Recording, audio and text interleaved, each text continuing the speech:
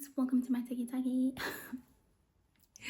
Welcome back to my YouTube channel. This is video number 2 of this month. Why? Because we promised ourselves that we're gonna post every single week at least one video, right? So welcome back to my YouTube channel. My name is Savvy. If you're new here, please make sure you subscribe, and if you're not, please make sure you like and comment. Let me know what you think about this video. You already know what the video is about. Number 1, we are talking everything shopping from China. If you're new here, you already know what my channel is about. It's a personal development channel. It's also a lifestyle channel and an entrepreneurship channel.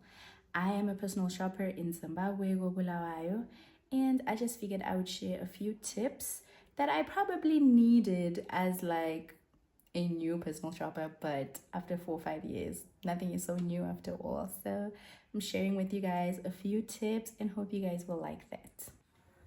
Okay, so what you're gonna need is a pen and paper or a diary. If you're really like a business person, what ding ding. Crystal. I'm gonna try and make sure that I am as quick as possible. To start with, how to shop from China. First of all, your number one to start selling, or what do you want to buy from China, right? So you need to figure out what product you want to ship in. You need to know, is it wigs that you want to bring in? Is it lip gloss you want to bring in? Is it household electronics that you want to bring in? Is it clothing that you want to bring in? This will come into play later on, as you will know, because then you have to ship the stuff and you have to pay for your own customs and your own duty. So knowing exactly what you want to bring in, to pay for it, number 1. Number 2, will you be able to sell it, make a profit once you've paid for customs, etc.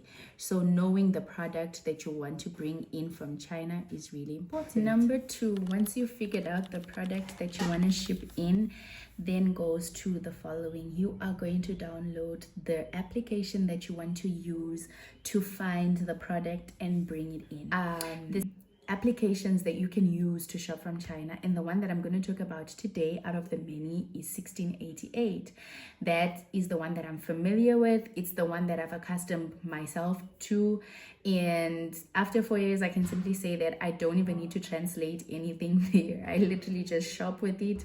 So once that's done, you've downloaded the app, you have it on your phone, Gmail and etc, because there's an option to actually purchase your stuff directly using Alipay, and that's something as well that we're going to talk about. For those that don't have Alipay and you're in Zimbabwe, what do you do, right? So number 3, you're then going to shop for the stuff that you want. So let me say number 3, you're going to shop for the stuff that you want, and then number 4, at the same time, you need to have a shopper.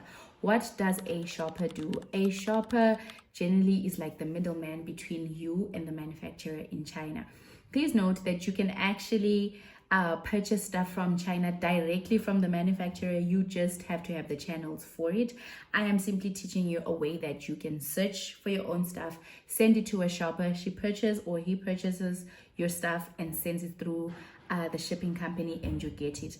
Everything else, including payments, is mostly controlled by you, so you don't have a middleman when it comes to money. What I'm gonna try to do on this video, which is something that I just thought about right about now, is I'm gonna try and show you guys what the application looks like. Now. So the thing is, a lot of people have problems downloading the application. I don't know what's happened to it. I've had it over the years, from the time I had my iPhone 6 into the iPhone 11 and down to the iPhone 15 Pro Max. It's just been growing within, like, I don't delete it, and once I move my stuff to the next phone, it just goes along. So I've never had to delete it, and I've never had to re-download it. It's just been updating itself as you go. So certain people will have a struggle downloading it. If you do, you can browse. The browsing has one advantage, which is you can translate and actually see the description of the items that you're buying. So you're gonna see a screen recording of me probably just browsing through, trying to show you let's say I'm purchasing a bunch of bags, which is something that I've done in the previous month.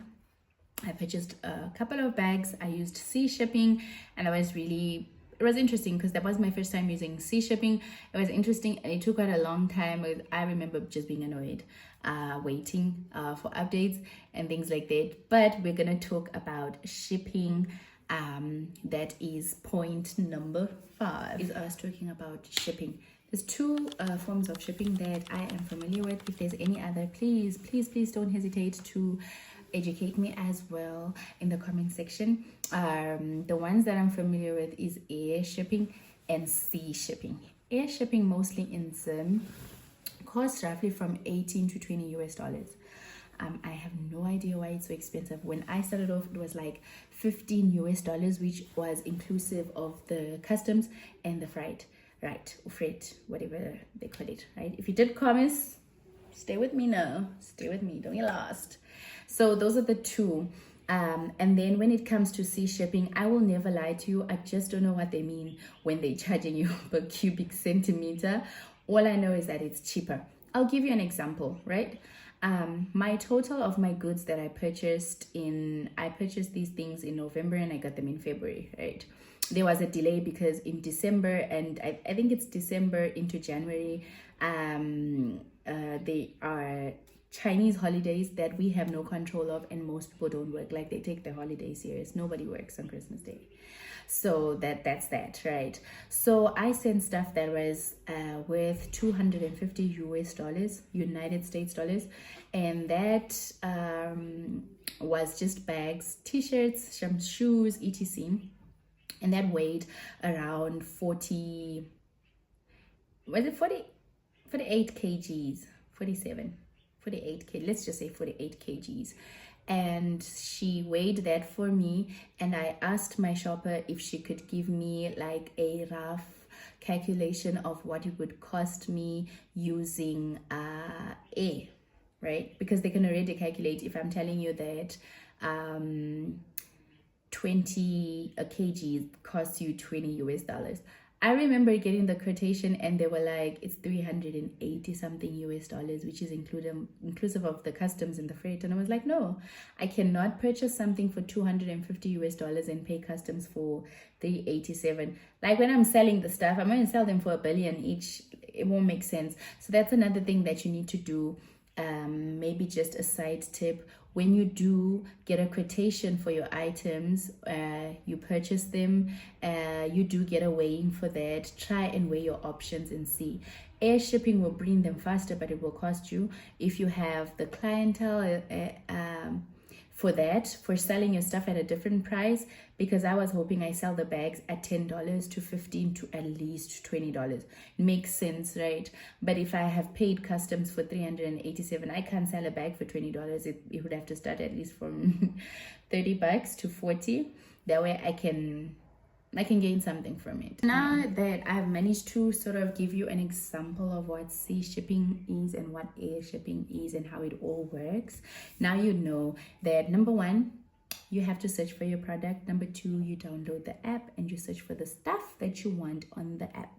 Number 3 and 4, you have to send through a quotation and find a personal shopper.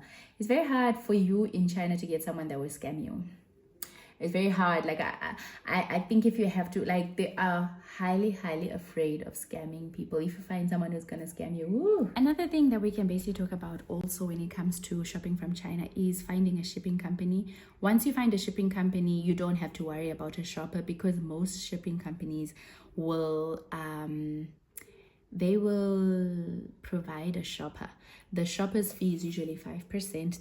That's what she gets, 5% of your total. So if your total is like 300 US dollars, so it's 5% of 300 US dollars that you're paying the shopper. You don't have to worry about saying, how am I going to pay the shopper? How am I going to pay? Like, no.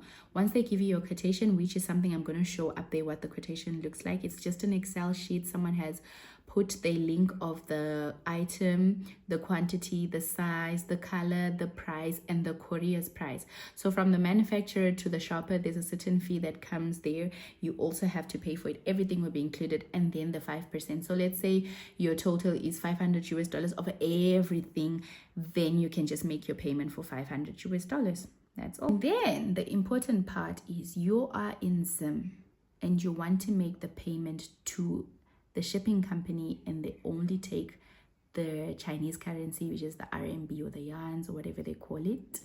How do you then send your money? How do you do it? Because you don't have Alipay So this is what I do. There are a lot of people here in Zim that have access to Alipay and Alipay accounts, and they can definitely make for you the payment at 0% charge. Before we come to the end of our video, I would like to say, like, I have a really few tips for you guys that have never shopped from China and want to do it on your own. Number one, take the risk. I remember my first purchase, it was a bunch of bags. I had no idea. It was after the first time that I had learned how to purchase from China. I had like $50. I was like, I'm going to buy bags for $50. I remember my customs came as 35. I would say $30 to $35. And I was a student then. I failed to sell all my bags. I will be truthful when it comes to that. My confidence then when it came to business and now is really different as well. Yeah, so number one, it's risky and be willing to take the risk. And number two, have a learning spirit, like a learning spirit, or like a teachable spirit, I would say. Like, yes, you know how to purchase from China. Like when I had learned how to purchase from China, I just didn't stop there. I used a lot of Googling, a lot of YouTubing, you know, trying to check if there was anyone else that was doing it in Zim that has done it. Because number one, I didn't just want to sit with that knowledge. I wanted to obviously use it, probably share it, but I also wanted to keep taking in as much as I could. And I just didn't have a big head and be like, oh, well, I know how to shop from China. Because there's lots of apps that you can use, definitely. And I've never tried them and I'm willing to try them. But I'm also willing to try them because I've seen someone else that's probably in the same country as me or in another country, different from me, and has probably done it, and I would like to try it. So the whole thing about business is being able to give out and also being able to take in as much as you can. I think this would be the last tip. Flee away from the temptation of purchasing stuff that you've seen from other people. Try and just be as different as possible. I started off with the bags and I continue with bags. Like when I say bags, I mean handbags. I look for, you know, when you walk in town, speaking as a girl, go Bulawayo, right? I know people also who are in other cities like Harare and things like that. You do come across a lot of businesses, definitely. A lot of boutiques that are selling handbags, t-shirts, heels, dresses, etc. And it's so easy for us to be like, there's a trending dress right now. I know that happens a lot with Shein. And there's a trending dress. And now every runner is literally bringing in that. You will pass 3 to 4 shops and everyone has that black and white dress. And it's like, oh, okay.